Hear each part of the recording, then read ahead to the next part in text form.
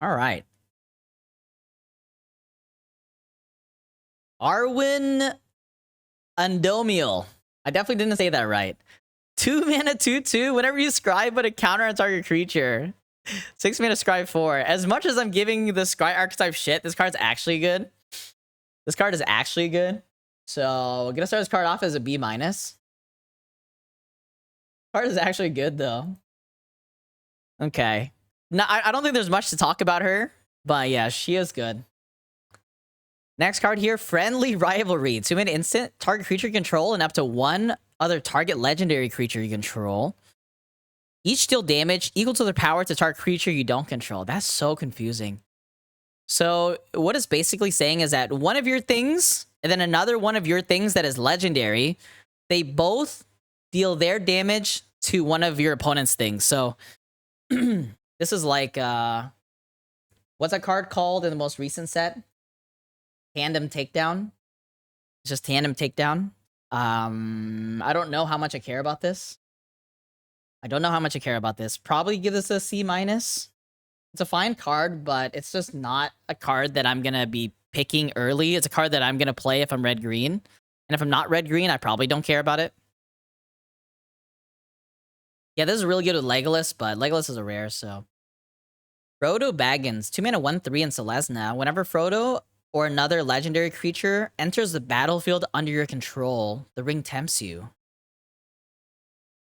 Okay, so that's pretty good, because you're playing other legendaries and the ring tempts you. As long as Frodo is your ring bearer, it must be blocked if able. The problem is that he's so small, though. But I guess the idea is that it's just good with other legendaries. And you're ramping up the ring. And then at some point, when you're finished ramping up the ring, Frodo's your ring bearer and it trades off 1 for 1. I don't really know how this plays out. I think it's powerful, but I'm going to start this one off as a C. Because I don't understand, like, how good it actually is going to be. It has a lot of potential. Maybe I can be like a 5-color Legends deck. But yeah, the main benefit is that he enters a battlefield, the ring tempts you, and then whenever you play legendary creatures, you get free the ring tempts you. So you're being proactive, playing out to the board, and you get to ramp up your ring. Which is probably pretty powerful, but I'm not sure. He has potential, though. He does eat 1/1 tokens. So they would need to block with 3 1/1s in order to actually block him. Maybe Frodo is just the nuts. Is Frodo just the nuts? I'm going to start Frodo off as C+, actually, instead of C. Because the thing is that it's hard to have a lot of weenies. You know what I mean? Unless you're rich, of course. Then you can pay for anything.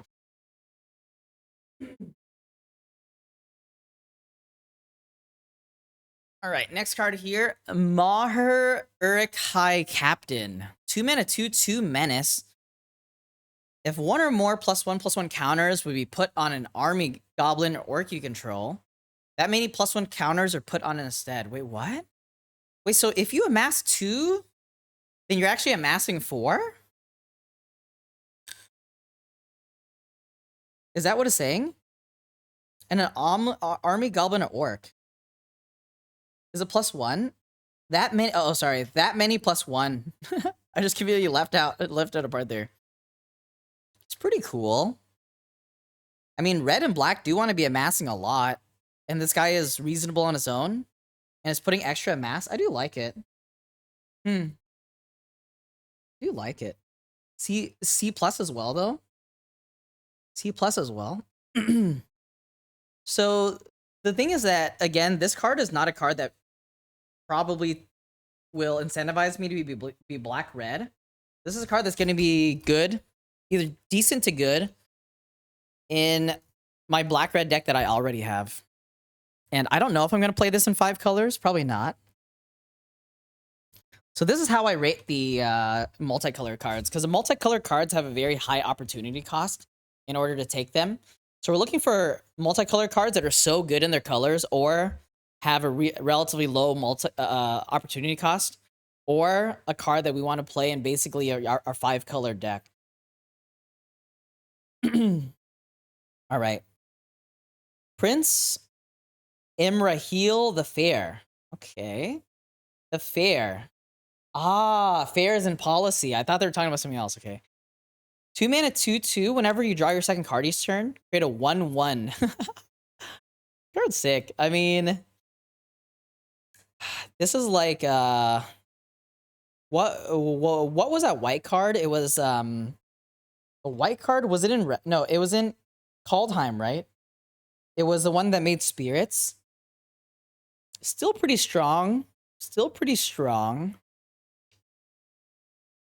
This one is multicolor, and they're making white humans. Still pretty strong, though. Probably give this card a C. Start this card off as a C. I don't know if this incentivizes me to be blue-white, though. Not sure. Clarion Spirit, yeah. Next card here, Shadow Summoning. 2 mana sorcery.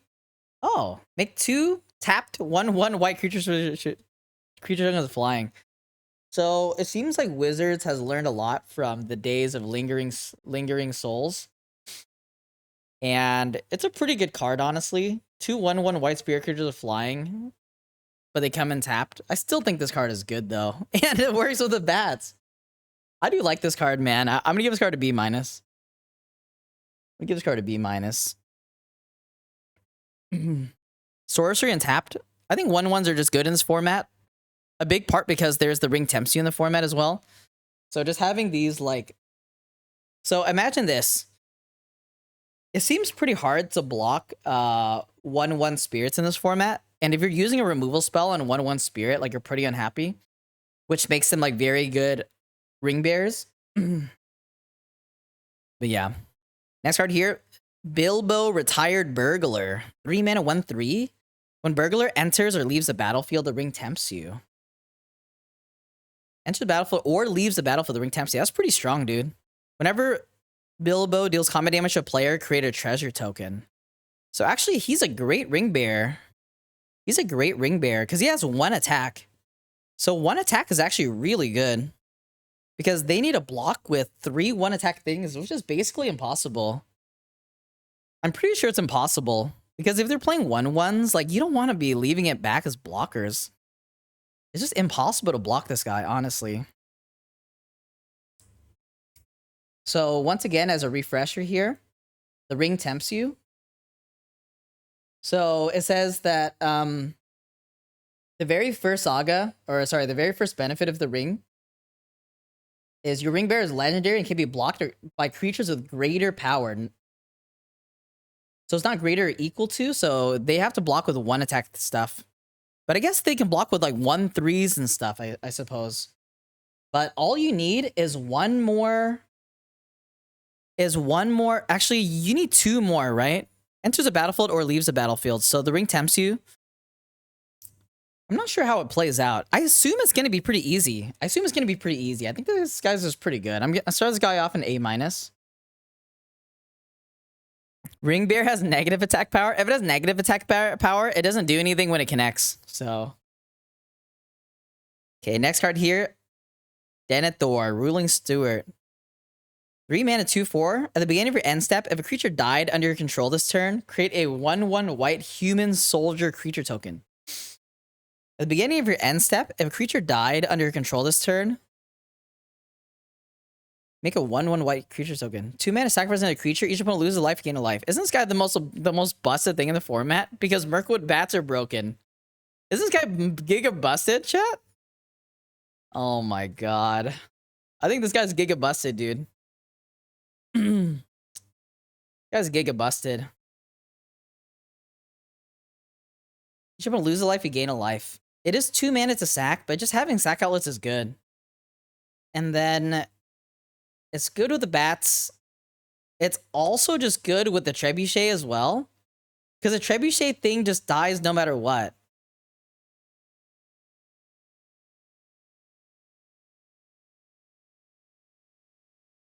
I don't know. I can't tell, guys. I literally, yeah, it combos with itself every turn as well. I mean, it's not that good a combo with itself, to be honest, unless you have a bat out. It's kind of a waste of mana, but it's still pretty good. Right, let's give this an A+. You know what else died no matter what? My love for this game. I know, guys, it's rough, but we're just trying to do the best we can, right? Just trying to do the best we can. Everyone can choose how they want to engage with new Magic sets. You can just like watch the stream. You can like play a little bit of Magic Arena. You don't have to like buy booster boxes or anything. You can always choose, I think. I want to say. Next card here, Gandalf Sanction. 3 mana sorcery. Gandalf Sanction deals X damage to target creature, where X is the number of instant sorcery cards in your graveyard. Okay. Excess damage is dealt to that creature's controller instead. Okay, so it's like Beacon Bolt. It's like Beacon Bolt, but then excess damage is dealt to the creature's controller. So you can do it on a 1/1, and then a Zenith Flare. It's Zenith Flare, but it's not cycling cards. It's only instant sorceries. Isn't this card good? Isn't this card good? It's an uncommon. You probably need a deck. I guess you can find ways to get this back as well. There's like the 3 mana, put an instant or sorcery back on top of your deck, amass 2 at common, I believe. Card is probably just good though. It requires setup, but I'm pretty sure that you can just first pick this and then just build a deck out of it. I don't know if this card wheels. Chat. Is it crazy to give this card an S? Yeah, probably, right? Or is it? Is it crazy? I mean, if your opponent has a sack outlet, it just blanks this and you can't do anything.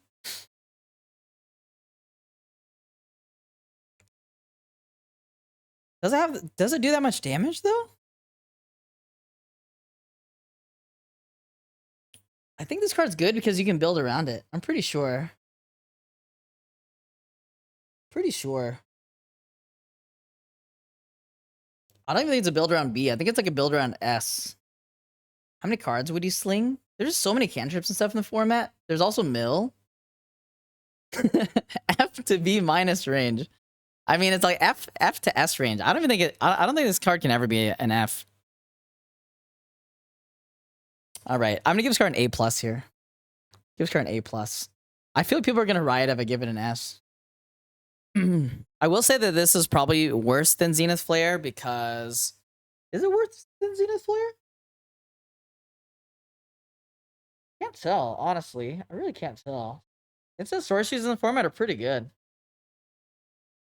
But I think cycling cards are easy to get into your graveyard as well. And there are benefits to cycling cards. There's not that many benefits of casting instant sorceries. Zenith Flare is an instant. I mean, who cares? Like, the main difference is that there's a lot of sack outlets in this format. So if there's sack outlets, your opponent can just leave a mana and sack the thing you target. So it's not that good. I have no idea. Let's put it at A+ though. Let's start it at A+. We'll see. Ring Sight. 3 mana sorcery. The ring tempts you. Search your library for a card that shares a color with a legendary card you control. Reveal the card put into your hand. So I don't think it's good. Search your library for a card that shares a color with a legendary creature you control. Reveal it, put in your hand. So does the ring tempts you being added on this card going to make it better or worse?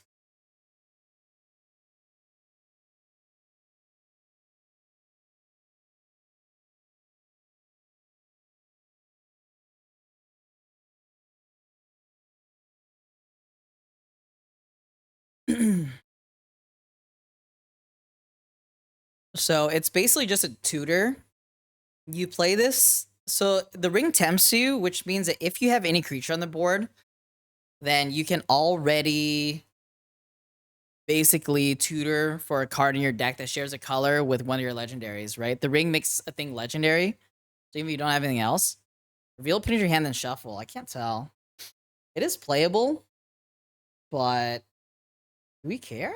I can't tell. Depends how slow the format is.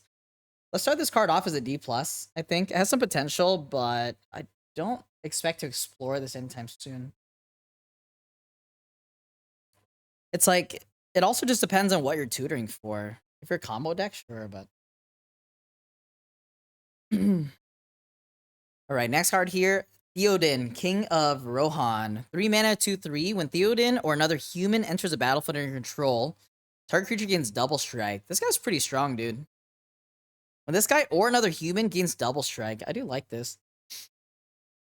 I think this card is like quite good, and it makes me actually want to be red-white. Because not much else makes me want to be red-white, in all honesty, not in this format. Gives card an A-. Yeah, we are gonna die to this. I'm gonna give it A-, not higher, because I think that the red-white color combination is not that good. That being said, I can play it in my 5-color deck as well. Play this in my 5-color deck. Is it fine? I can't tell. Flash in Theoden with Gandalf. Yeah, and Gandalf is also a human. Actually, is Gandalf a human? Or is he an avatar wizard? Is he always an avatar wizard? He might just always be an avatar wizard. Next card here, Butterbur, Bree Innkeeper. 4 mana, 3/3. At the beginning of your end step, if you don't control a food, make a food token. Damn, this card's pretty sick, dude. Wait, this guy's a hill giant, and you can just like blow all of your food. You can blow all of your food on the watchdog, and then make a food token. I actually like this card, dude. I actually like this card, huh? I'm gonna start this card off as a B. But I think this card is actually just a great engine. And I'm always looking for cards that are engines. Stuff like this, stuff like the some of the other Gandalf cards. And it works with Bat, that's true. Everything works with Bats in this format. Next card here, Legolas, Counter of Kills. Damn, he's pretty sick, dude. 4 mana, 2/3. Reach. Whenever you scry, if Legolas Counter of Kills is tapped, you may untap it. Okay. Do this only once each turn. Wait, what? Whenever you scry, if Legolas Counter of Kills is tapped, you may untap it. Do this only once each turn. Okay. Whenever a creature an opponent controls dies, put a counter on Legolas. I kind of don't understand it. Wait, what's this card supposed to be doing? Wait, what's this card supposed to be doing? Whenever you scry, if Legolas Counter of Kills is tapped, you may untap it. Do this only once each turn.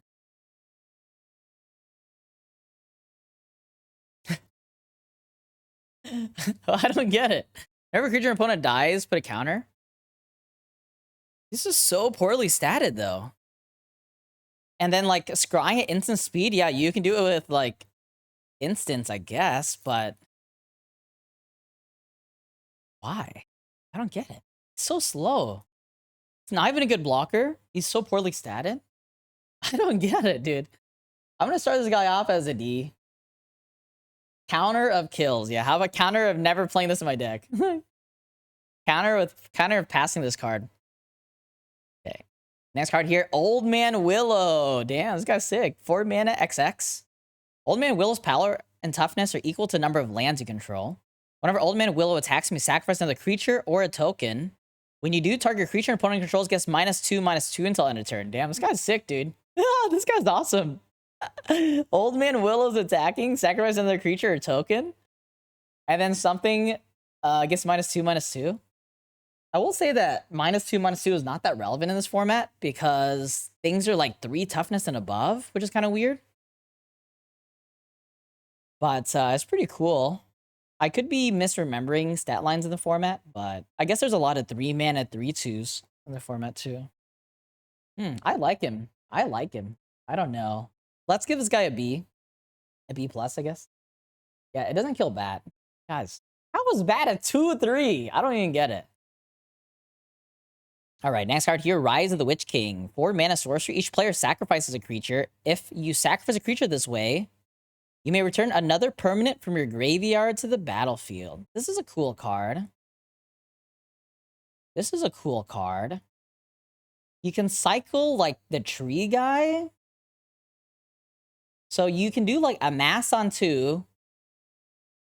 And then on either turn 1 or on turn 3, you can cycle a tree guy. Then you get a tree guy back. It can't be that hard, right? It can't be that hard. It can't be that hard, right? Give this card, start this card off as a B, I think. It might be a little bit hard. I don't know. Start the card off the B. Next card here, Strider, Ranger of the North. 4-mana 4/4 landfall. When a land enters the battlefield under control, target creature gets +1/+1 until end of turn. Okay. Then if that creature has power 4 or greater against first strike. 4-mana 4/4 landfall. So you can target any of your creatures. Actually, you can target their creatures as well for some reason. And if a creature has power 4 or greater against first strike till end of turn. This guy is like a pretty chonky thing, dude. I do like this. It doesn't have evasion, but has first strike, which is like pseudo evasion. Probably start this guy off as a C+. Again, it's not a draw into red-green or anything, but it's a card that you'll play if you're a red-green deck. Maybe in my 5-color deck, I'll play this as well.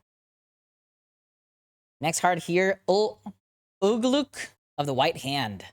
4-mana 3/3. Whenever another creature controlled dies, put a counter on Ugluk of the White Hand. If that creature was a goblin or orc, put 2 counters on Ugluk instead. Guy is like, it's kind of slow, but I mean, it's fine. I think this is like probably in the C- territory.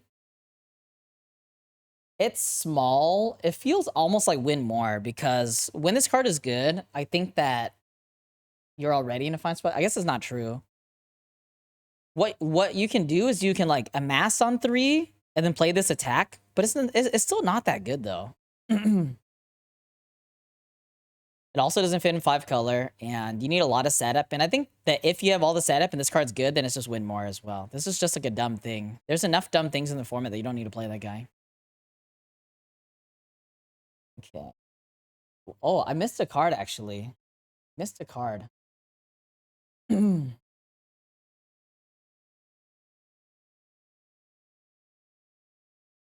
Okay. Next card here, Mouth of Sauron. Haste reminder text? Wait, where's haste reminder text? Oh, you mean this card? Sorry, yeah, I missed this card here. Let's do this one first. The Mouth of Sauron. 5-mana 3/4. The Mouth of Sauron enters the battlefield. Target player mills 3 cards. Then amass Orcs X for X's number of instant sorcery cards in that player's graveyard. Dude, I love this card, dude. This card does not only mill, but it's board. It's finely statted. It's actually a decent flicker target with the 2-mana white flicker thing. And then not only that, but it adds to the mill theme, stabilizes your board, and then you can even target yourself if it's going to be bigger on your board. And it's good with the reanimation stuff. This guy's like pretty good. I actually like this guy. Let's give this guy an A. Yeah, I like this guy an A. Okay. All right, next card here, Shadowfax, Lord of Horses. 5-mana 4/4. Horses you control have haste. They can attack and tap as soon as they come under your control. Haste is not... This reminder text is not new, right, chat? Back in the day, they used to do that all the time. Whenever Shadowfax, the Lord of Horses, attacks me, put a creature card of lesser power from your hand onto battlefield tapped and attacking. Put a creature of lesser power from your hand. So it has to be 3 or less. Is it good? It's a meta joke? Wait, is it a meta joke? Wait, I don't get it, chat. Wait, what? Oh, Shadowfax, show us the meaning of haste. Oh, really? Dude, that's hilarious. Okay, that's pretty funny. Show us the meaning of haste. That's pretty funny, dude. What the... How did they do that? So yeah, unless you pump the horse, usually you want to play this attack with it. Can't tell if it's good. I mean, it's pretty decent, right? Probably pretty decent. Horse locked. Thank you, RNGs. I can't tell. Is this good? I don't know. I'm honestly unsure. Let's start this card off as a B. Maybe B-. Maybe B. I think this is the second horse I've seen in the format. Poros goes burr. I just don't think it's that good. We'll see, though. Because the other thing's also tapped and attacking. I really don't know. Hello, Joel. How's it going? The King of Horses? Horse Tribal Lord. That is true. I mean, the only other horse I've seen in this format is a 4-mana 1/4 that makes 2 food. Those are the only two? I got no idea, man. I'm honestly have no idea. Okay. So the very last uncommon... Oh, here's a Malthusaurian. Okay. The very last uncommon multicolored card for the set is going to be... Guire. Guire the Windlord. These fucking birds, dude. I hate these guys' names. I hate these guys' names. Guire. These birds. Guire the Windlord. 6 mana, 4/4. Bird Noble. The spell costs 2 less to cast as long as you've drawn 2 or more cards this turn. That's kind of hard, honestly. It's kind of hard. Flying Vigilance. Other birds control Vigilance. There's a lot of birds in this set. There's a lot of birds in this set, but it's just not that good, right? Is it that good? So you play your 5 mana 3/4. Then you play this guy pre-combat. Then you tackle your 5 mana 3/4, and then what? And then you had 4/4. I don't get it, guys. It does block bats. I'm not sure if blocking bats is going to be the issue here. Wait, are there no birds in the movies? Are there birds in the books? I guess so. I just don't think this guy's that good, right? I'm going to give this a D+. I don't see it. Probably just give it a flat D, honestly. I don't get it. Any free card draw? There's free card draw in the set, but it costs mana. All right. Okay, so let's move on here. So that is going to be all of the uncommons for the multicolored cards. Now we're going to be moving on to the rare ones. Loto, Corrupt Sheriff. What is a sheriff? Sheriff is like a sheriff? 2 mana, 2/1. Whenever a player casts their second spell each turn, you lose 1 life and create a treasure token. Whenever a player casts their second spell each turn, so that can be anybody, you lose 1 life and you create a treasure token. So this is good with bats. Everything's good with bats, though. I think overall, it should be good. It's just hard to control, though. It is hard to control. I think overall, it should be good, though. I want to say that this card is probably fine. It's probably not great, though. You have to play it on 2. You probably have to play it early. And it's in a weird color combination. Like, if I'm 5-color green or something and I wouldn't use the treasure tokens, I'm probably not black-white base. So I'm splashing this. I'm going to give this card, like, a D. Honestly, I don't even want to give this card a B. I just don't think this card does that much. It doesn't really give me direction. It's in a weird color combination. I think that you don't need this to make your Mirkwood Bats good, for example. Your Mirkwood Bats are just always going to be good. I'm going to give this guy a D. I just don't really care. Okay. I thought this was a horse for a second. Mary, Esquire of Rohan. 2 mana, 2/2. Haste. Mary, Esquire of Rohan has first strike as long as it's equipped. Whenever you attack with Mary and another legendary card, creature, draw a card.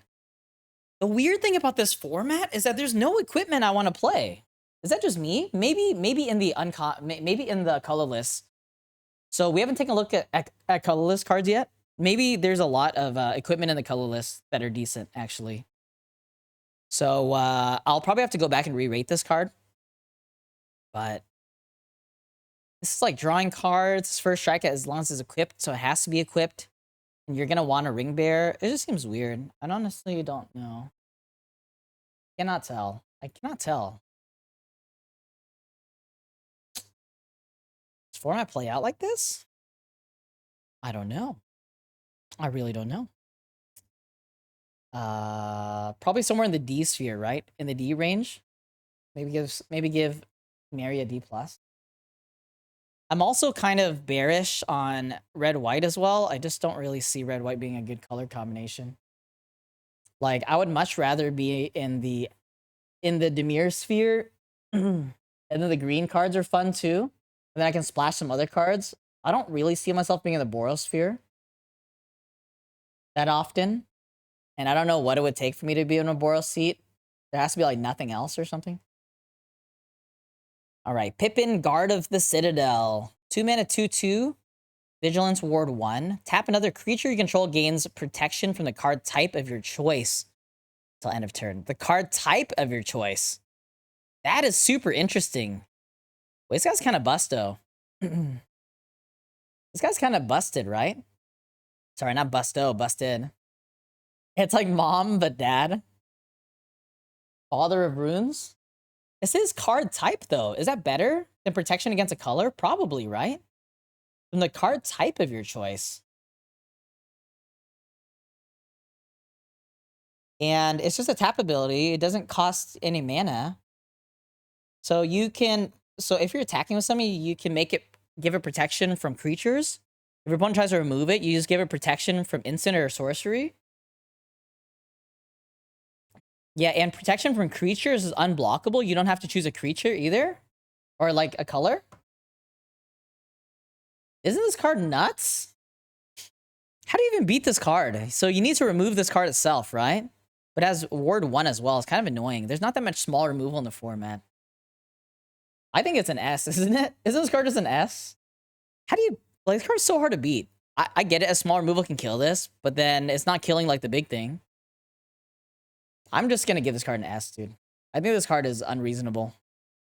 Also, Deathsie barely plays removal. Deathsie barely plays removal. It can't protect itself. I think it's fine. I think it's fine. All right, next card here. Samwise Gamgee. I probably said that wrong, by the way. 2 mana, 2/2. Whenever another non-token creature enters the battlefield under your control, make a food token. Whenever another non-token creature you control enters a battlefield under your control, make a food token. That's pretty good. Sacrifice 3 foods, return target historic card from your graveyard to your hand. So it's pretty strong. Another non-token creature enters the battlefield and make a food token. That seems pretty good. I would also play this in my 5-color decks. And then you have utility as well with sacking foods. If you don't need the life, then you can get a historic thing, which is probably what you want to get back anyways. I think this card's like pretty good. I'm gonna give this card an A. A for Samwise. Because this is good at other points in the game as well. Like you top deck this, you play this, you have foods, and you just get to return something and go off. I think this card's great. Card seems great. I think that there are a ton of historic cards in the average deck. There's probably like something like probably 6 to 10. 6 to 10. It's actually historic cards as well. It's not just legendary cards, right? It's just historic cards. So you can actually get back artifact, legendaries, and sagas. Maybe it's even better than I think it is. Might even be better. Let's give Samwise Gamgee an A+. Let's give him an A+. There's a legendary instinct you get back. I don't think legendary instinct is good though, but yeah. Next card here, Aragorn, company leader. What company is he the leader of? 3 mana, 3/3. When the ring tempts you, if you chose a creature other than Aragorn as your ring bearer, put your choice of a counter of among First Strike, Vigilance, Death Touch, and Lifelink. Shouldn't it say or Lifelink on Aragorn? Whenever you put one or more counters on Aragorn, put one of each of those kind of counters up to one other target creature. Wait, this guy's busted, right? Ah, he's a company leader of the Fellowship. Dude, this card is like... This card's busted, right? What? So this doesn't tempt you itself, but... I think this guy's like compact. Whenever the ring tempts you, you can... put one of these counters on this guy, and then you can also put the same counter on something else, like probably your ring bearer. And Aragorn doesn't need to get sent into bomb to battle. How often does ring tempt you in Celestia? I think often in every color. I think the ring tempts you in every color. I think maybe red being the least with the ring tempts you, but red has the ring tempts you as well, doesn't it? Quite a decent amount. I want to give this like A+ or an S. Isn't this another S tier rating card? I think it's an S. I think it's an S. S might be a little bit high for this card. It doesn't do anything like when it just comes in, but the implications are really good. Like if you can't remove this, you just lose the game. So I either want it S or A+. I can't tell. Maybe he's just A+. At some point, this guy is basically Mecha Godzilla, right? He doesn't have flying, but has first strike, vigilance, death touch, lifelink. The moment it has first strike, death touch, and then vigilance, like, you just can't do anything about it. Yeah, just you get. I'm just gonna give him an S, dude. I don't know. Maybe it's gonna be harder to get tempted by the ring than I'm expecting, but he doesn't trigger the ring by himself. I think that it would just be way too silly if he did. Yeah, we'll see.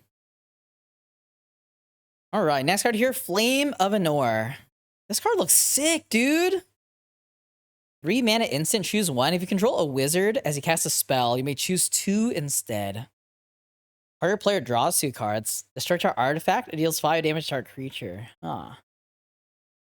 So, this is a powerful card. How many wizards are in the format? I think there's some at common, actually, in blue and red. And then you have Gandalf. All of the Gandalfs are wizards. All of the Gandalfs are avatar wizards. But again, this card kind of falls under the category of, like, this is a card I'm going to play when it's good. I'm not going to pick it early because there's probably better stuff to pick up. I don't know. I think I'm going to give this card, like, something like a C+ for that reason. Because, again, in Limited, we have to pick cards. We have to pick cards card by card, right? It is powerful, though, if you have a wizard. Even if you don't have a wizard and you can cast it, it's pretty good. But I generally don't like splashing for removal stuff. We'll see. Galadriel of Lothlorien. Damn, she looks sick. 3 mana, 3/3 elf noble. Whenever the ring tempts you, if you choose a creature other than Galadriel as your ring bearer, scry 3. Fuck off. Stop it with the scrying, dude. Stop it. Stop scrying. Whenever you scry, you may reveal the top card of your library. If a land card is revealed this way, put it onto the battlefield tapped. I mean, the card's good, but yeah. Another ring tempts you if you choose other than scry 3. We scry, remove top card of a land, put in the battlefield tapped. I mean, isn't that good? I don't care that much about this. I'm gonna give this card like a B-. Yeah, the reveal happens after the scry, yes. Wait, what? Hold on. Scry 3? Yes, the reveal happens after the scry. It goes in order. Put a land into play, but like, who cares though? Is this the lady in part of your Lord of the Rings video started the stream or something? I don't know. Is she? Yeah, maybe she is actually. Scry ramps scramp. Ramps to 5? No, it doesn't ramp to 5. Because she doesn't tempt you. It says when the ring tempts you, right? She doesn't ramp to 5. She literally doesn't ramp to 5. I'm gonna actually give this a C+. Give this a C+. I don't think I care about it. How's a ring mechanic work? Exclamation mark ring in chat. Next card here, Gimli, Mournful Avenger. 3 mana, 3/2. Gimli has indestructible as long as 2 or more creatures died under your control this turn. What? Wait, what? Okay, has indestructible as long as 2 or more creatures died under your control this turn. Whenever another creature you control dies, put a counter on a Gimli. When the ability resolves for the 3rd time this turn, Gimli fights up to 1 target creature you don't control. How do you ever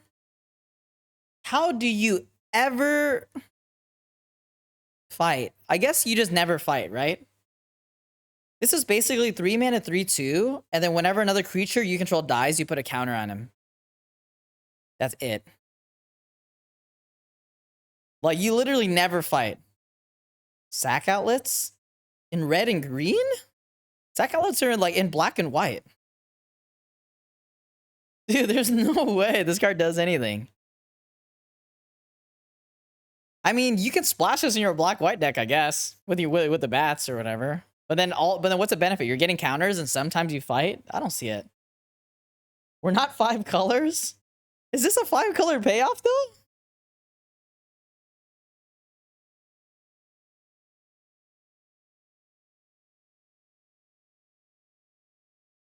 C minus maybe? Give this guy a C minus. If two other creatures dies in combat, he doesn't die? No, that's not how it works. So you're talking about if he's attacking as well, right? If he's attacking as well, and let's say you have two other things and they die, and then Gimli's supposed to die, he also just dies. Right? Or wait, it's state-based actions. Hold on. Wait, it's state-based actions, but wait, how does it work? They're both state, so damage is state-based actions. Gimli is also state-based actions. He still dies, right? He still dies. No, it's not a trigger. No, it's not a trigger, chat. I'm pretty sure he still dies. I'm pretty sure he still dies, dude.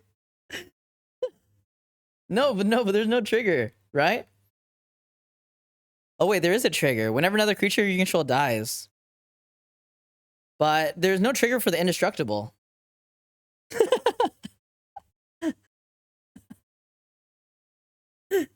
Yeah, you would die when others die and then become destroyed.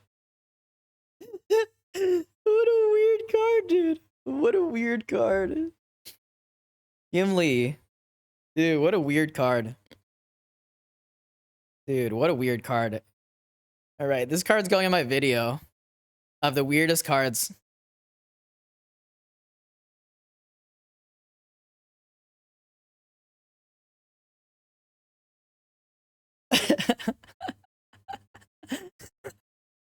Alright, next card here. Sauron's Ransom. Dude, this card looks sick. 3-minute instant, choose an opponent. Oh god. What is this? Look at the top 4 cards of your library. They look at the top 4 cards of your library and separate them in a face-down pile and a face-up pile. Put one of them into your hand and the other into your graveyard. All right. It's just fact or fiction? Fact or fiction? The ring tempts you. Wait, what? They look at the top 4 cards of your library, separate them into face-down pile and face-up pile. Fact or fiction was yourself, right? This is more like Atreus. They look at the top 4 cards of your library. Okay, so this is more like Atreus, less fact or fiction. Ring tempts you. I mean, it's still pretty good. 4 is a lot. 3 mana Atreus plus a ring tempts you. I guess it's still good. I mean, one of the best things about Atreus is that Atreus's body is really, really nice. Kappa Pride. But still seems pretty good. A minus, B plus, A minus. All right. Let's go to the next card here. Smeagol, Helpful Guide. Wow, he's so helpful. 3 mana, 4/2. That's kind of mean to call Smeagol a halfling horror, isn't it? I thought that Smeagol was more like an elf. Is he not like a house elf? At the beginning of your end step, if a creature died under your control this turn, the ring tempts you. Wow, that's pretty good. Wait, what? That's like one of the easiest ways for the ring tempting you. Whenever the ring tempts you, target opponent reveals cards from the top of their library until they reveal a land card. Put that card onto the battlefield tapped under your control. What? And the rest into their graveyard. You're milling them as well? Wait!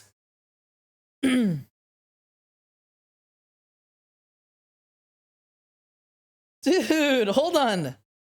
Ah, he used to be a hobbit. He used to be a hobbit. Okay, I didn't know that.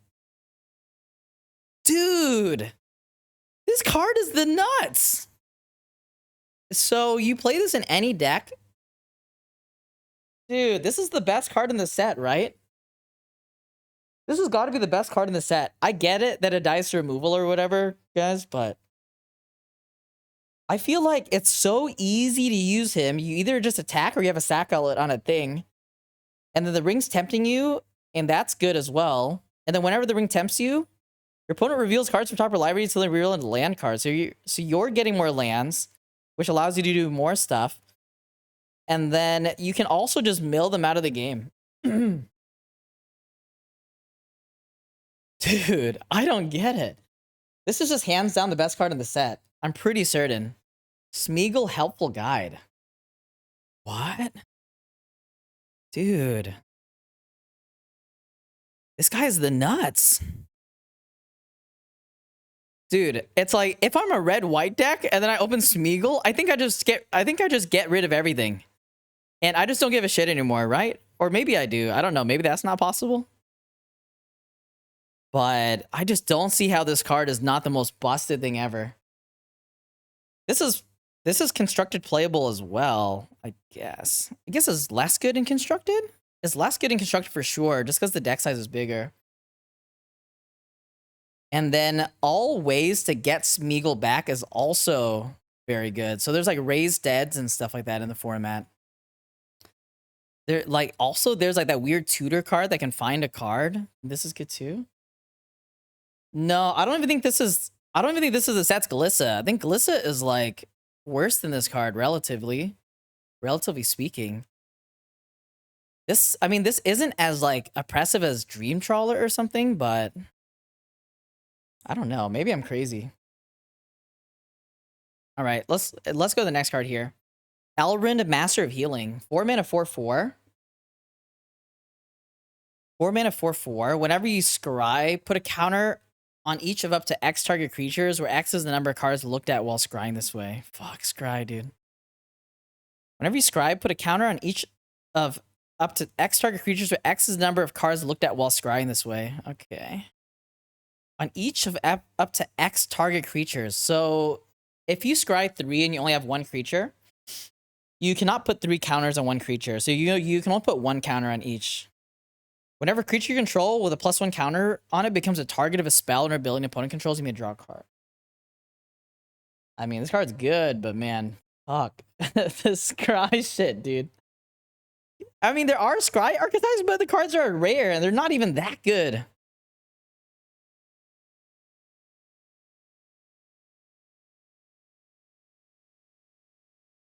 Dude, I hate this scry thing, dude. I hate this scry thing. This card's an A-. I mean, this is a reason to scry your life away. The scry will grow on me. Dude, there's no way, dude. Next card here. Owen Wilson. Fearless Knight. 4 mana 3/4 haste. When Fearless Knight enters the battlefield, exile target creature opponent controls with greater power. Whoa. Legendary creatures you control gain protection from each of that creature's colors until end of turn. This is a hasting Fiend Hunter? With greater power, so it has to be 4 or greater. Card's pretty good, dude. Card's pretty good. Owen. What's the difference? Card is pretty good, dude. It's weird though. I don't get what red white supposed to be. I mean, I would play this in my 5-color decks. This card's still good. Card's pretty good. Give this card an A- as well. I'll probably give the card an A. I like it. It's a good flicker target as well, I guess. So the thing is that you can exile their mass pile, then flicker this. I don't know how good flickering is going to be, but it gives protection only for the turn, just to attack. That's it. Doesn't kill bats. That's also true. Actually, wait. I'm trolling. Bats is the best card in the set. Wait, isn't Bats better than Smeagol? Hold on, chat. Is Bats better than Smeagol?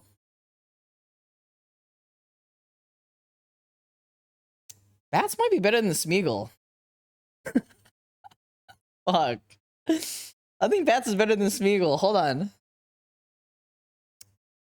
That's awkward. All right. Anyways, let's forget about it for now. Faramir, Prince of Ithilien. 4 mana 3/3. At the beginning of your end step, choose an opponent.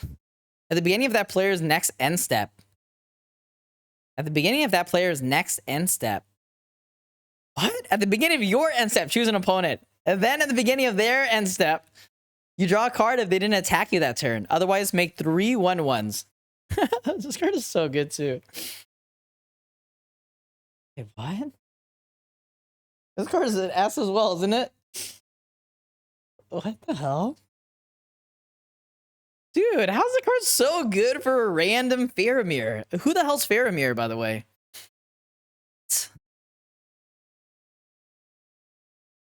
He's just some fair guy? Some fair politician or something? Dude, this card's busted, man. You're either drawing cards, and then if they attack you, you make 3 1/1s? I don't get it, dude. Like, the thing is that the removal in this format outside of black is pretty bad. Black is just the best color by far. Boromir's brother? He's just doing his best? That's true. Alright. Next card here, King of the Oathbreakers. 4 mana 3/3 flying. When King of the Oathbreakers or another spirit you control becomes a target of a spell, it phases out. Wait, what? Whenever King or another spirit control becomes target of a spell, it phases out. So you can't do anything to this guy? What? Joel says, have you not seen the movies nor read the books? I've seen some of the movies, but I'm not really into like fantasy stuff. Fantasy stuff is like not my cup of tea for the most parts. But I've seen like some of the movies, but not all the way through. And it was a long time ago as well. Yes, some of the movies. Yeah, bro. Dude, I don't know. I'm just not into it. Also, my attention span is short. It's impossible to sit through a Lord of the Rings movie. So I watched I read part way of some of the trilogy. And then I tried reading The Hobbit. And then The Hobbit was so slow, and my ADHD and a short attention span just couldn't get through it. So then I just dropped all of them together. I just dropped all of them together. So I will say that I like Tolkien's writing, though. I like Tolkien's writing style. But yeah. Also, I like the concept of the Fellowship. I don't really like the characters that much for the most part. I like Gandalf. Not into fantasy, plays Magic the Gathering. I mean, I'm not into the storylines in Magic is the thing. I'm not into the storylines in Magic.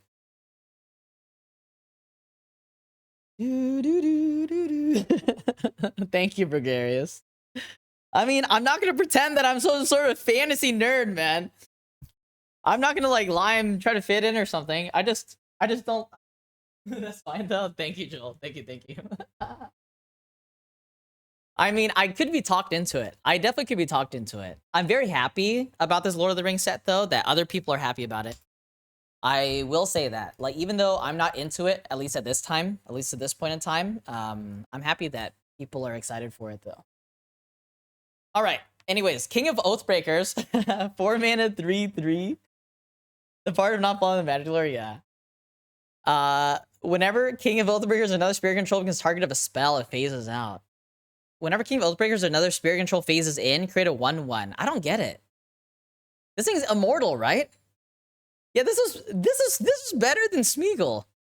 I think this is also better than the bats. This is probably better than the bats as well, right? This is better than Smeagol, better than Mirkwood bats. We found a card that's better than Mirkwood bats. I think it is. So the problem here is that I'm actually not sure. I'm actually not sure it's better than Mirkwood bats. Abilities are the only things that kill it. I feel like they're far and few between, though.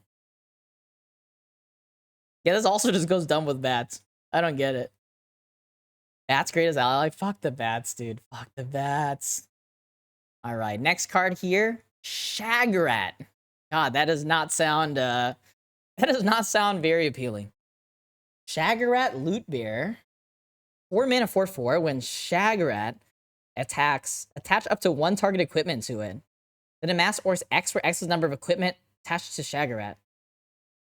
Okay. So we still haven't looked at the equipment yet. Maybe the equipment stuff is gonna be good. Because if not, these weird equipment decks are not playable. I will have to say. Yeah, also it feels like a red-white card. It's kind of weird as well. I guess the amass part is like blackish. Oh, you can steal your opponent's equipment. That's interesting. Attach up to 1 target equipment to it. That's interesting. You can steal your opponent's equip. That is cool. That is pretty cool.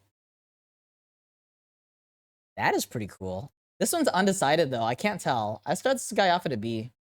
B minus. All right. Don't know. Next card here, Sharky. Tyrant of the Shire. 4 mana 2/4. Activated abilities of lands your opponents control can't be activated unless they're mana abilities. Okay. So like Kessig Wolf Runner and stuff doesn't work. Sharky has all activated abilities of lands your opponents control except mana abilities. Mana of any type can be spent to activate Sharky's abilities. Is there any relevant stuff? We haven't looked at the lands, though. I assume this card's not playable. Let's give a card a D-. Give this card a D- for now. Maybe there's some legendary lands that make this card playable, but I haven't seen it yet. Osman Legacy? Really? What lands do you use within Legacy for this? Like Inkmoth Nexus or something? Okay, next card here, Doors of Durin. Damn, this art is sick. Dude, I would love to go exploring the world and just find random caves like this. Are there random caves like this? Like caves of ancient civilizations? I mean, those places are probably not safe to go, though. 5 mana legendary artifact. Whenever you attack, scry 2. Then you may reveal the top card of your library. So whenever you attack, it's just any of your creatures. Scry 2, then you may reveal the top card of your library. If it's a creature card, put it onto the battlefield tapped and attacking. Wait, what? Wait, this card's cool. What the hell? It's a creature card, put it on the battlefield tapped and attacking. So your next turn against trample if you control a dwarf, and hexproof if you control an elf. Wait, this card is sick! This card is sick! Wait, this card is cool. I don't know how good it is in limited, though, but it's a cool card. Like, you can play this card with just, like, the cycling guys. And then you're cheating in monsters, but you need to find the door. You like the Scry card? I mean, this is different, guys. This is not your normal Scry card. Also, this has constructed implications as well. What are the best creature cards you can put in the format right now? There's a lot, right? Oh, you can play this with a Tali. Is that a deck? Wait, you just play this with a Tali? Doors of Durin Atali? This is a cool card, though. I don't think it's that good, but it's cool. I'm gonna give this card a B+. Fuck it. Card is sweet. These are the cards I like in Magic, dude. Especially for limited. I like it. Alright, next card here, Gandalf the Grey. Alright, chat. All of you lore nerds out there, can you guys tell me what's the difference between Gandalf the White and Gandalf the Grey? Is it just him getting older?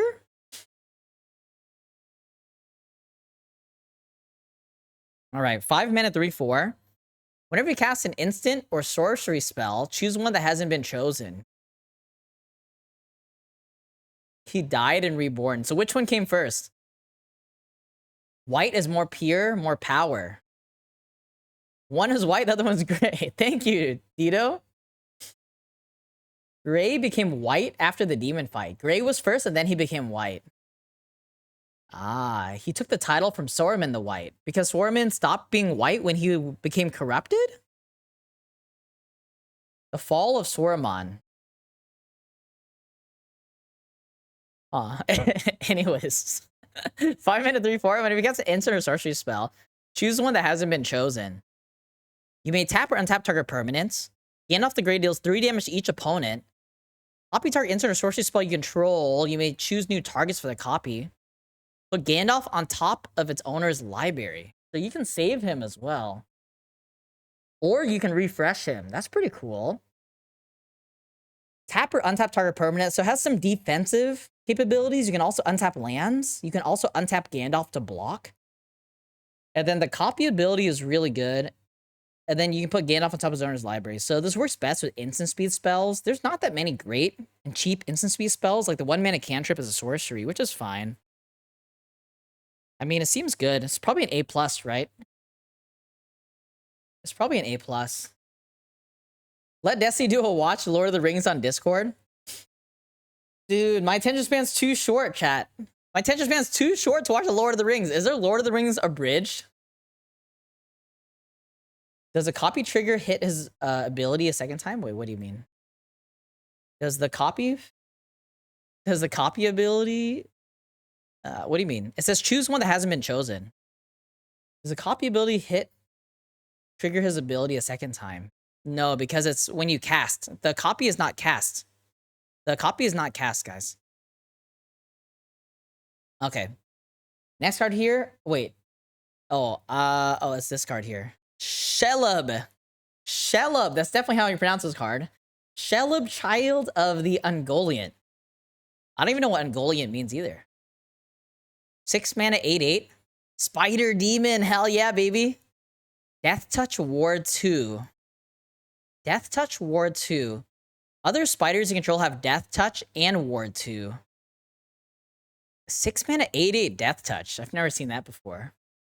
Whenever another creature dealt damage this turn by a spider you control dies, create a token that's a copy of that creature, except it's a food artifact. With 2 mana, tap, sacrifice food to gain through life, and loses all other card types. Are there other spiders in the set? Ungoliant is a bigger spider. What? Yeah, it also doesn't have reach. I don't get it. Wait, what is this? By a spider you control. I don't remember seeing any spiders. I don't remember seeing any spiders. Ah, yes, there's a 1 mana, 1/1 Death Touch spider. Okay. What else? I don't remember any other ones. Are there other spiders? Card doesn't do anything, right? This card doesn't do anything, right? Chat? I mean, it's a 6 mana, 8/8. That's fine. This is basically Colossal Dreadmaw. Is it even better than Colossal Dreadmaw? I got no idea. I don't get it. When another spider... So even when this spider dies, it doesn't come back or anything. I don't get it. It works on itself, does it? Whenever another creature dealt damage this turn by a spider you control dies. Oh, I see now. Wait, whenever another creature dealt damage this turn by a spider... Ah, so this thing attacks and kills something. You make a copy of their thing. I see. I see. But it doesn't seem that easy, though. Not every card has made it work in the game mechanics. I mean, it does work, right? It does work. But you just have to attack. And then at some point, I assume they have to block it? So this works with tokens as well, actually, right? It actually does work. The copy is just a food? Except as a food, it loses all other card types. Ah, it is just a food. It is just a food, actually. The copy still has abilities. But it's just a food, though, right? Still has random passives. Fight or a punch spell? I guess, yeah, you can do a fight or punch spell. It is kind of cool, actually. It's not great, though. It's not great, right? Give this card a C+. It's fine. It's a big monster thing. I mean, if you play this, you're probably winning, aren't you? Maybe it's even better than it. Maybe I'll give it a B-. Give it a B-. I think B- is fine for this. It is less coherent than I expected it to be, but it also does more than I first expected, too. Yeah. I think B- is fine. Maybe it's just so large. I'm not sure. Okay. Next card here, the Balrog. Flame of Udun. Of Udun. 5 mana, 7/7 trample. When a legendary creature an opponent controlled dies, put the Balrog on the bottom of his owner's library. When a legendary creature an opponent controlled dies, put Balrog, Flame of Udun on the bottom of his owner's library.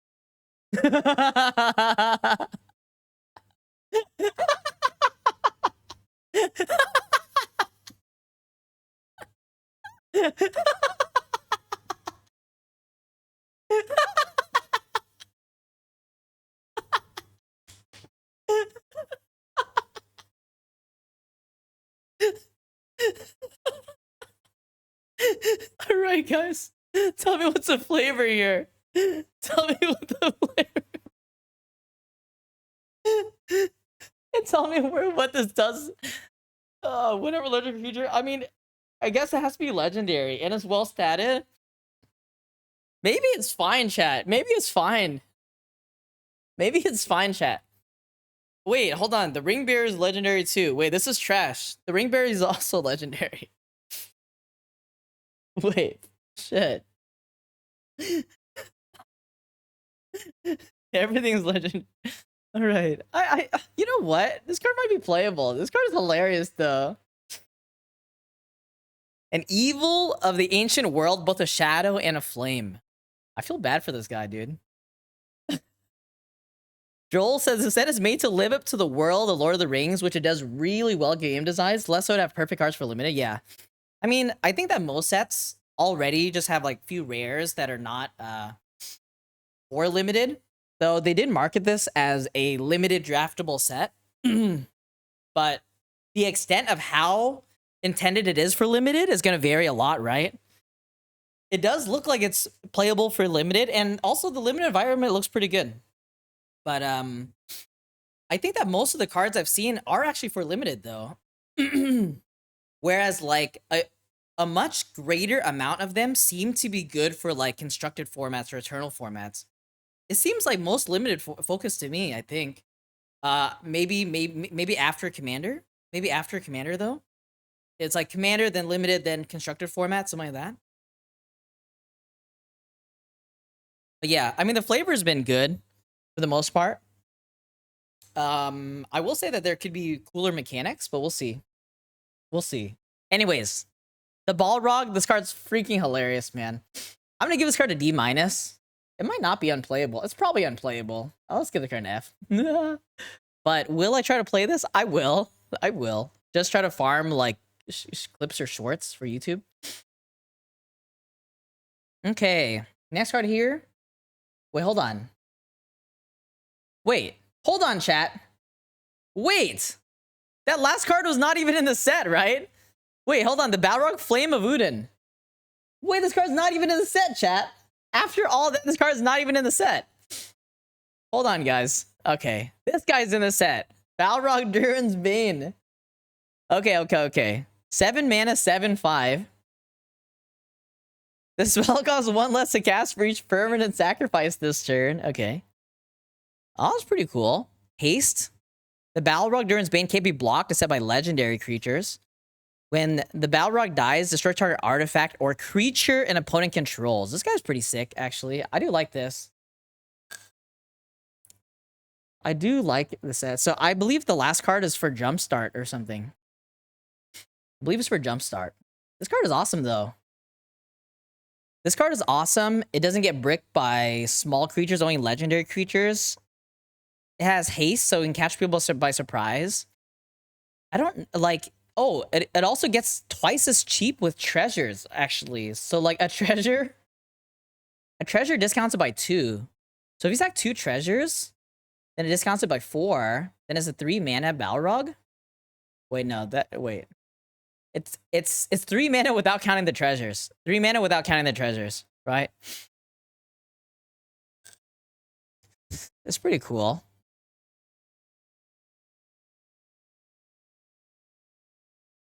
It's pretty cool. I don't know. I don't remember how easy it is to get treasures, though. I like it, though. This card's pretty cool. Give this card an A-. Give this guy an A- here. All right. Let's move on to the Mythics, ladies and gentlemen. Then we're going to move on to the artifacts and then the lands, and then we're done. Arwen, Mortal Queen. 3 mana, 2/2. Arwen enters a battlefield with an indestructible counter on it. Okay. Wait, what? 1 mana, remove an indestructible counter from Arwen. Another target creature gains indestructible until end of turn. Put a +1 counter and a lifelink counter on the creature, and a +1 counter and a lifelink counter on Arwen. Dude, she's sick. What the hell? So she's the Mortal Queen, but she's immortal herself. What? Dude, this card is so obnoxious, actually. This card is so obnoxious. I think this card just works well with anything. Arwen giving up her immortality to live with Argon. Oh, really? Dude, that's hot, man. She gives up her immortality. I mean, that's a pretty common theme with elves, right? elves like live a long time in every single sort of fantasy. And then in order to live with mortals or to spend a lifetime with mortals and not outage them, then they give up their immortality. Oh, did Tolkien come up with it? Aragon's D is worth dying for? Dude. Wait, is Aragorn an elf as well? Or is he a halfling?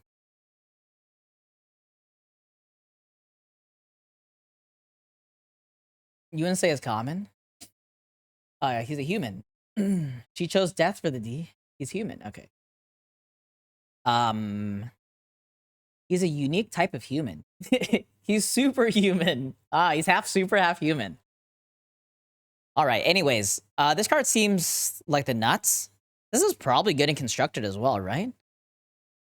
What do you do with this in constructed, chat? What do you do with this in constructed?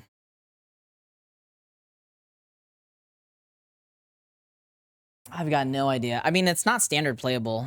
So what do you do with this in historic or whatever? I got no idea. If you proliferate the indestructible counter, I mean, I want to give this card an S, but honestly don't even know what you do with it.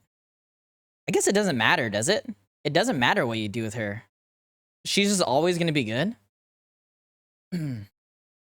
I assume it doesn't matter what you do with her. Like, you figure out what to do with her and she's always going to be good, probably. Okay. Anyways. Ooh, what is this? Aragorn? Wait, is it Aragorn or Aragorn? I guess it's Aragorn, right? Aragorn the Uniter. Damn, look at his mana cost. Look at his mana cost. All right. I don't know if this is safe to say, but isn't his mana cost kind of weird? Is his mana cost kind of weird? It has all the mana but black mana. That's kind of weird, isn't it? I don't get it. Like, is that sending a message or something? I don't really know. I don't get it. He's supposed to be uniting all against... I see. Black mana is evil. Okay. Black mana is evil. Okay, so... so he doesn't want to unite the black mana. What? It means he's pure. Okay. Is Aragorn not black? Wait, really? Oh, he's already black. He doesn't need black mana. Okay. All right. 4 mana, 5/5. Whenever you cast a white spell, make a 1/1. Okay. I mean, flavor-wise, it makes sense, I guess. I mean, Deathsie always casts on 3 or 4 for sure. Whenever you cast a white spell, make a 1/1 white human soldier creature token. Whenever you cast a blue spell, scry 2. Okay. Wait, why is it ordered like that as well? Wait, why is it ordered like that? It's not ordered in Wooburg? Wait, is that normal, chat? Red, green, white, blue. Wait, what? Whenever you cast a red spell... Wait, what? Whenever you cast a red spell, Aragorn deals 3 damage to target opponent. Whenever you cast a green spell, target creature gets +4/+4. The standard ordering to shorten Wooburg distance. Wait, what do you mean distance? Wait, what do you mean distance? Wooburg is a circle, not a line? I don't get it. I literally don't get it. I mean, look at the bottom. The bottom's ordered by Wooburg, right? White, blue, red, green. Red, green, white, blue goes in order of Wooburg without jumping over black. Oh, without jumping over black. Ah. Is that how you do it? Dude, my OCD! White, blue, red, green jumps over black? What? Isn't that fine? Wooburg is a circle. This is a new way? Wait, chat. It bothers me. It bothers me. All right. I'm just gonna go on. Anyways, this card seems actually very playable. I think that 5-color green is very real in this format. Do I give us an S? Give us an A+? I give us an A+.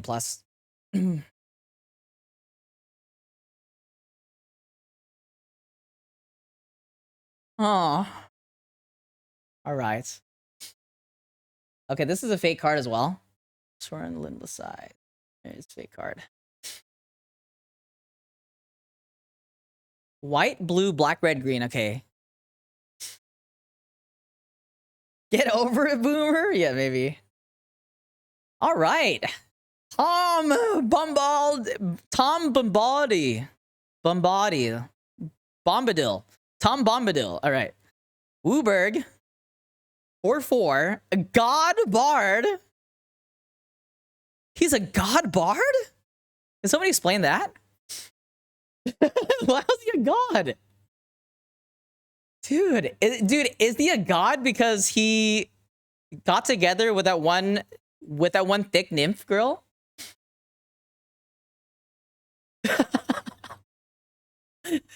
Legendary. I mean, I agree, I guess. Okay, as long as there are 4 or more lore counters among sagas you control, Tom has hexproof and indestructible.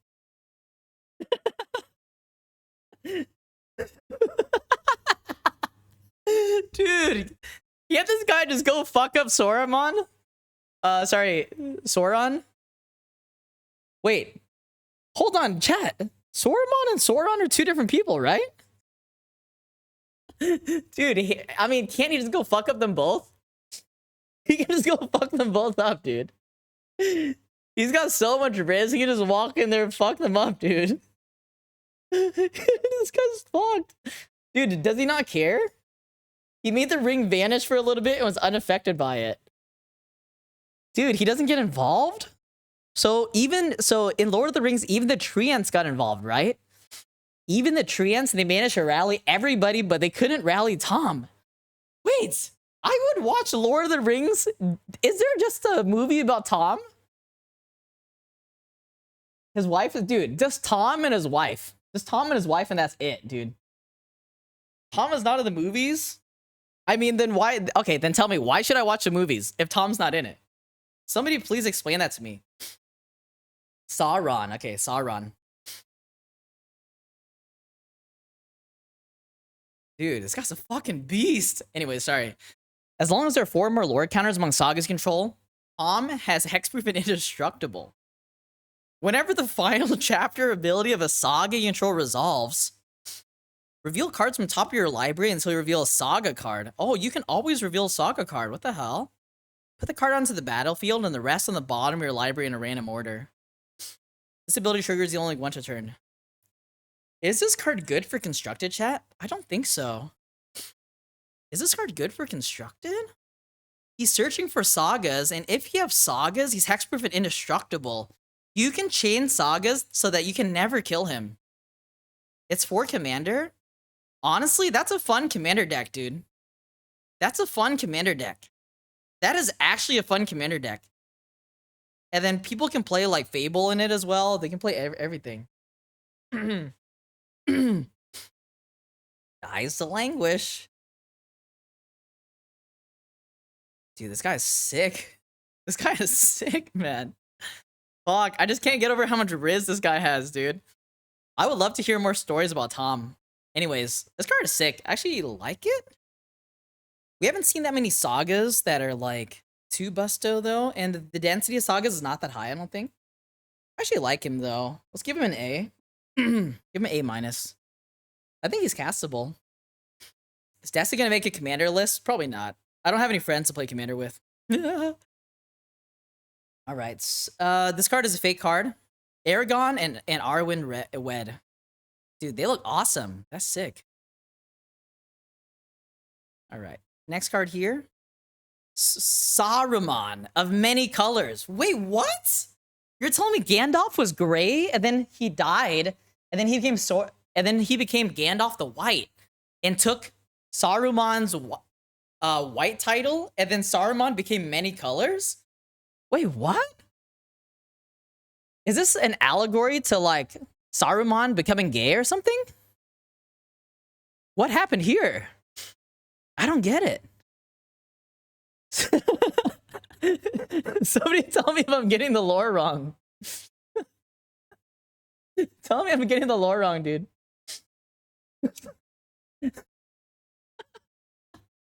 I'm sorry, guys. I'm sorry if I'm ruining the movies for you guys. I mean, it is Pride Month, right? Gandalf didn't die, his avatar did. Gandalf was a god. Wait, what? Gandalf is on the same level as Tom? Anyways, tell me why he's many colors. I don't get it. 6 mana, 5/4. Ward, destroy discard an enchantment, instant, or sorcery card. All right, that's interesting. Whenever you cast your second spell each turn, each opponent mills 2 cards. Okay.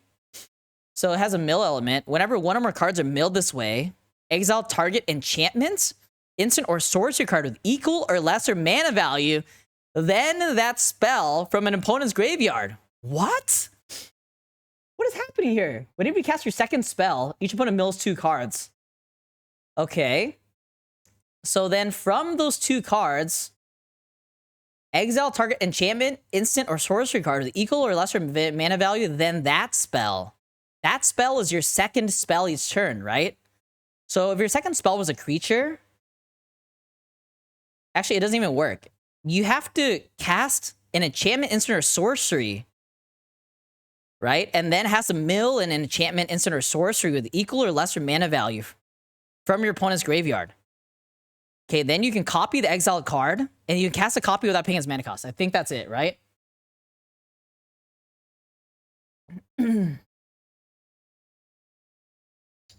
No, because it has to be from this effect. So it has to be when you cast your second spell each turn. So it doesn't work if they mill cards on their own or surveil or whatever. It has to be from this ability. If you cast a 2-drop into a 5-drop, no, but you can only cast enchantment, instant, or sorcery cards. Right? Your second spell can be a creature? But then it doesn't work, right? It says when one or more cards mill this way, exile target enchantment, instant, or sorcery card.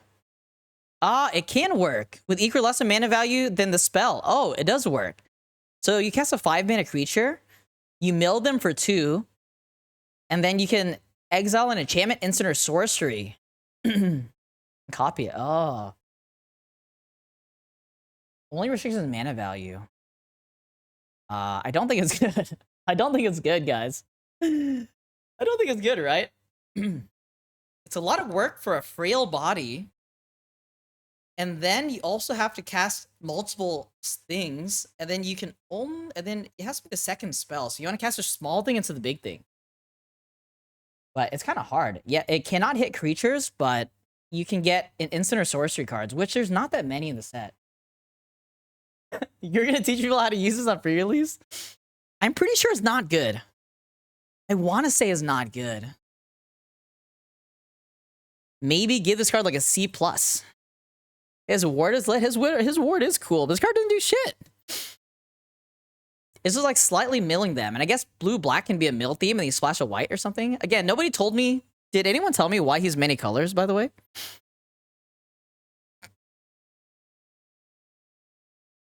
I don't get it. All right. You did? You did? Wait, hold on. Let me scroll up real quick.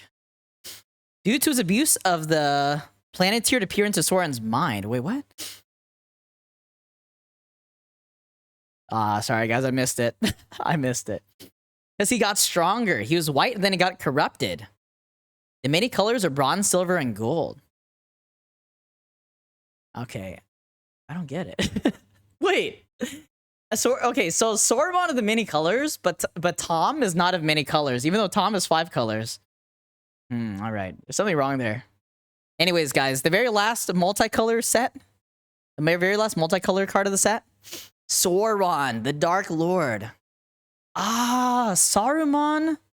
Saruman works for Sauron, right? And Sauron is the greatest evil guy. But is Sauron stronger than Tom? All right, Sauron, the Dark Lord. Wait, hold on. Chat is saying, "For I am Saruman the Wise. Saruman, Ringmaker, Saruman of many colors. I looked then and saw that his robes, which had seemed white, were not so, but were woven of all colors. And if he moved, they shimmered and changed hue, so that the eye was bewildered." All right, that's pretty cool. I do like that. I don't fully get it, obviously, but yeah, it's pretty cool. Morgott. Wait, who's Morgott? Thomas is powerful as Melkor? Dude, Thomas is so sick, dude. Sauron is not the greatest evil. His greatest evil is Melkor. All right, so if Sauron is not the greatest evil, and Saruman works for Sauron, but Sauron's creator is Melkor, then where is Aku? Where does Aku, the Lord of Evil, sit? All right. Anyways, okay. Sauron, the Dark Lord.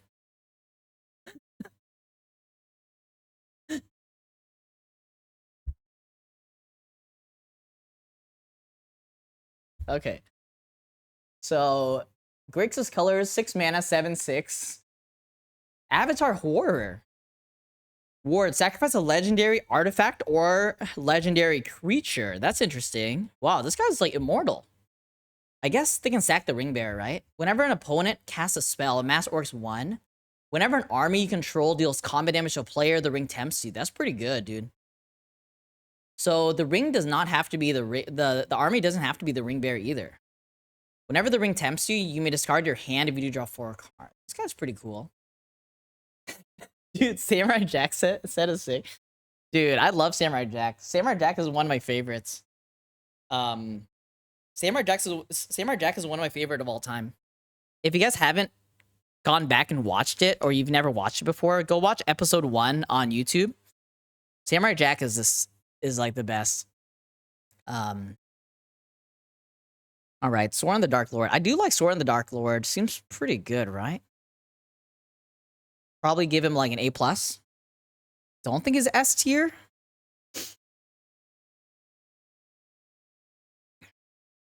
Is A+ or S? Probably is A+, right? Oh yeah, the black and white episode of a Samurai Jack. It was called Light versus Dark, I believe. Yeah, that was very good. All right, ladies and gentlemen, we've gone through all of the multicolor cards here. Gone through all the multicolor cards. Now let's go ahead and move into